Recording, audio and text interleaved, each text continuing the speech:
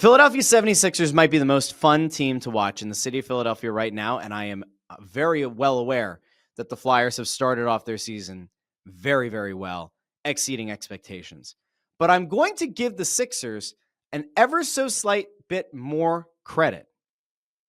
4-0 to start the year, led in large part by Tyrese Maxey, who looks like every time he takes the court, he's getting even closer to being a superstar in this league. I don't mean like one of the best 15 guards or one of the best 10 guards in the Eastern Conference. I'm saying he looks more and more like a guy who could end up being one of the 3 best guards in the Eastern Conference, could be a guy who very well could end up on one of the All-NBA teams by the time the season's over, a guy who continues to refine his craft, and a guy who is really the only reason that I don't fully detest James Harden, because let us not forget that there was a time that James Harden was in Philadelphia and he worked with Tyrese Maxey on that step back 3 and that ability to kind of pull up off the dribble from behind the arc. And Maxey was a sponge and he learned. Maxey still, to me, is the best finisher at the rim since Allen Iverson, a guy who can go 110 miles per hour and slow it down just enough at the last second to have a silky smooth touch around the rim. And now he's got this 3-point game that just continues to wow me. And he's got a smile that lights up a room. And he's got a positivity that's infectious to his teammates. And he, to me, is really, in a lot of ways, the kind of guy that you'd want to build around as the face of your franchise. VJ Edgecombe, on the other hand, looks like a stone-cold killer. Now, it looks like he does have fun. I don't want to make it sound like he's, sociopathic. He's not. VJ Edgecombe looks like an absolute killer. If you ever had a question of whether or not, like, Tyrese Maxey seems like a very affable guy, seems like a lovely guy, like a nice guy. Does he have that killer mentality to rip a team's heart out in the last 10 seconds of a game, have the game in his hands, be able to pull up for the win? I think Maxey's getting close to that point. I definitely would trust him with a final shot in a game. VJ Edgecombe right now appears to be a guy who is 100% going to be the closer for this team in the not too distant future. This guy has ice, like absolutely racing through his veins, coursing through his veins. VJ Edgecombe has looked so much better, so much quicker than I think anybody expected. And the wildest part is that VJ Edgecombe didn't come to the Sixers in the draft with a well-established 3-point game. And yet VJ Edgecombe continues to impress with his ability to shoot from anywhere on the court. You put those two guys together, and I'd argue you have one of the best young backcourts in the entire league.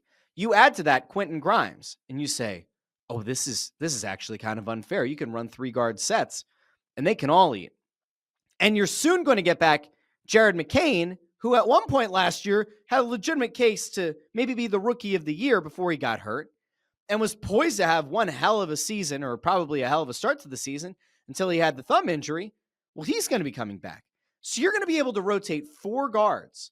You're going to be able to take the ball out of Tyrese Maxey's hands where he doesn't necessarily have to be the one and only guy who can run the offense. That's huge.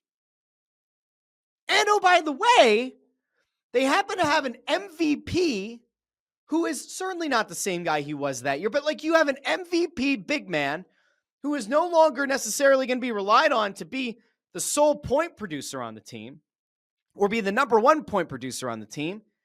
And you have another guy who actually should be able to pretty seamlessly fit in with these guards in Paul George. And I know that it's really easy to look back at last year and say, Joel Embiid couldn't stay healthy. Look how bad they were. Paul George couldn't stay healthy. Look how bad they were. All that's fair.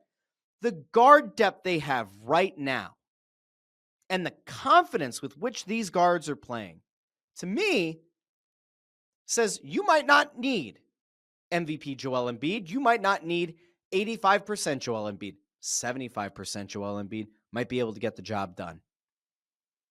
You might not need Paul George to play 70 games. You might be fine with Paul George playing 45 or 50.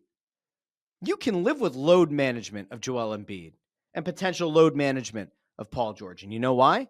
Because the guards are so damn good. Now, I get it. I do. It's not as if the Sixers are just like blowing everybody's doors off. They've had some comeback wins. Yeah, Do I love the fact that they had to go to overtime with the Wizards on the road? No, the Wizards are dog doo-doo. They still came back and won. They absolutely took the heart out of Orlando when Orlando came to town. Orlando's a team that a lot of people thought was going to be one of the best in the Eastern Conference. They kind of embarrassed the Magic. They pulled off a win at home against the Hornets. And who could forget, they went into a place that has been a house of horrors for them on opening night, and they took down the Celtics. Now, it gets really interesting because tonight, Friday, Halloween, ooh, spooky. Tonight, the Celtics come back to town. It's an NBA Cup game. I don't care about the NBA Cup of it all. I don't like the courts. It really does bother me. It bothers me far more than it should, and I will acknowledge that publicly. But you have the Celtics coming into town looking for revenge. The real question I will have is, what do the Sixers look like when they play a team for the second time this year? Yeah, the first game of the season, VJ Edgecombe was a stud. Tyrese Maxey was an even bigger stud. And they probably caught Boston off guard. All right, second time that you're playing the team this season. What is it going to look like? Then on Sunday, you go to Brooklyn. That should be a win. You go on the road against Chicago. Could be a good game. You go on the road against Cleveland. That's really your first, I would say, major test is Cleveland. So you're looking down the barrel of a few games here that could be a little bit complicated. And that's okay. I mean, the Bulls right now have the best record in the Eastern Conference, along with the Sixers. They're both undefeated teams as of recording on Halloween. Spooky. So there are some really big games to come for this Sixers team, but I'm excited. I've been saying I'm willing to get hurt again. I think a lot of people are starting to get back on that bandwagon.